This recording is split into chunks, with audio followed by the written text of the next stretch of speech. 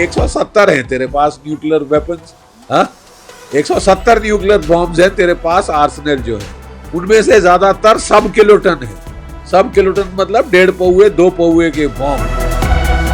हमारे पास जो बॉम्ब्स हैं 180 हैं जनाब, ज्यादा है 180 से, और वो सारे के सारे 10 किलोटन के ऊपर वाले हैं। 50 किलोटन और उससे ज्यादा के भी बॉम्ब्स हमारे पास है।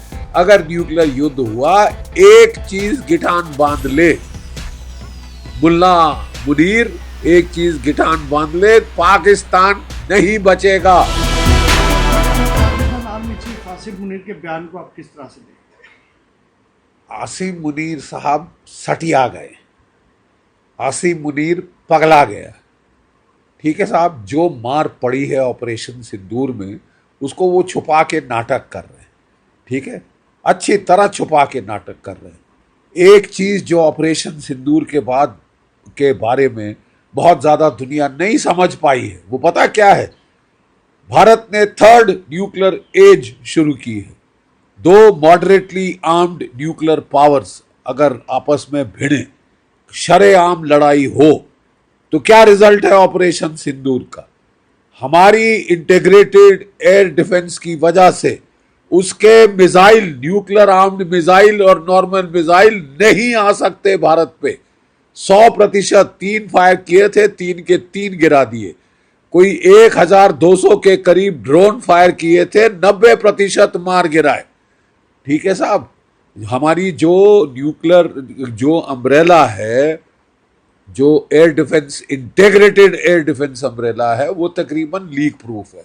और हम केवल रक्षात्मक पे नहीं सीमित रहते, हमने आगे बढ़ के जहां से उसके 4 एयर बेसिस से उसके फाइटर विद बॉम्ब्स उड़ सकते थे, जकोबाबाद, रहीम यार खान, सरगोदा, हमने उनके परखच्चे उड़ा दिए सर। जो रहीम यार खान की एयर स्ट्रिप अभी तक चालू नहीं हुई, जहां उनके स्टोर्ड थे न्यूक्लियर बॉम्ब्स, ठीक है, वो थे आपके चगाई और किराना हिल्स में, उनको ठोका है। उनके जो द्वार पे इलेक्ट्रिक मोटर्स लगी थी सीमेंट कंक्रीट के गेट खोलने के लिए, उनका ठोक दिया है। वहां से न्यूक्लियर बॉम्ब निकालना, झूठ मत बोलो, असंभव हो गया है, क्योंकि वहां न्यूक्लियर रेडिएशन कंटामिनेशन है। ठीक है साहब, ये बकवास कर रहा है, ये गीदड़ भभकी दे रहा है। और अब वक्त आ गया है, मैं आपके दूसरे सवाल का भी जवाब दे दूं। जैसे कि उपेंद्र द्विवेदी साहब, हमारे आर्मी चीफ साहब ने बिल्कुल सही कहा है, अब वक्त आ गया है कि इनको आड़े हाथ लिया जाए, वंस एंड फॉर ऑल। वही समीकरण हो रहा है जो 1971 में था। ठीक है, और तब भी हमने हिम्मत मर्द किया था और मदद खुदा आई थी। ठीक है, और 2 टुकड़े हो गए थे पाकिस्तान के।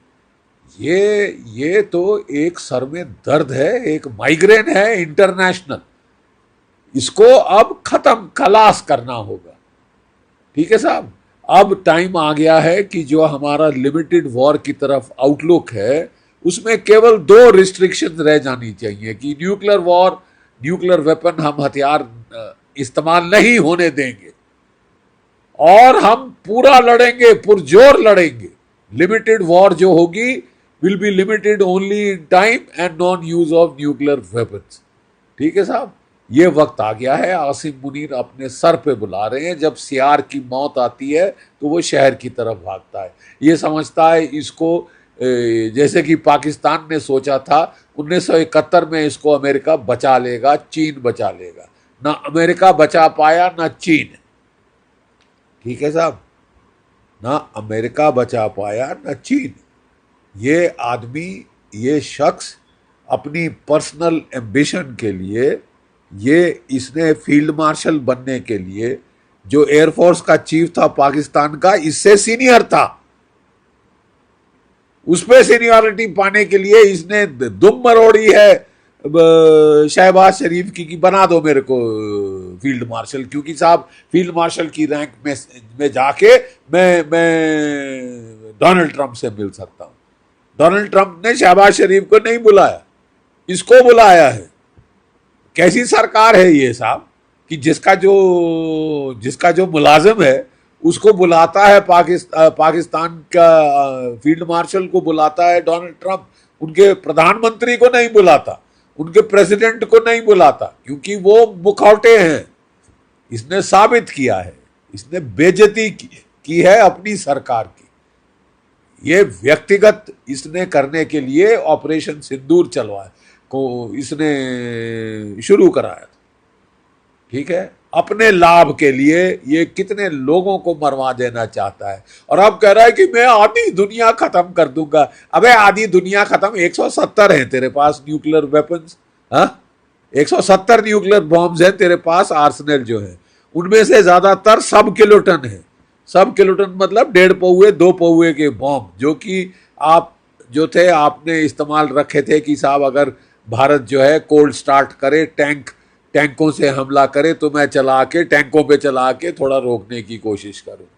ठीक है साहब, हमारे पास जो बॉम्ब्स हैं 180 हैं जनाब, ज़्यादा है 180 से, और वो सारे के सारे 10 किलोटन के ऊपर वाले हैं। 50 किलोटन और उससे ज़्यादा के भी बॉम्ब्स हमारे पास है। अगर न्यूक्लियर युद्ध हुआ, एक चीज गिठान बांध ले मुल्ला मुनीर, एक चीज गिठान बांध ले, पाकिस्तान नहीं बचेगा। अगले 700 साल वहां पे अनाज नहीं उगेगा। 1/5 है भारत के साइज का। अपना पूरा न्यूक्लियर आर्सेनल भी फायर कर दे, तू कुछ नहीं कर सकता हिंदुस्तान का। ठीक है, हम अपना पूरा न्यूक्लियर आर्सेनल तेरे पे फायर कर दे, तेरे तो परखच्चे उड़ जाएंगे और हमें न्यूक्लियर आर्सेनल की जरूरत नहीं पड़ेगी। हमारे ब्रह्मोस काफी हैं तेरे लिए। समझ गया? मदीना 2.0 मुनीर, समझ गया? तेरे लिए हमारे ब्रह्मोस और स्पाइस मिसाइल्स, क्रूज मिसाइल्स काफी हैं। तेरा न्यूक्लियर कमांड पोस्ट उड़ गया है।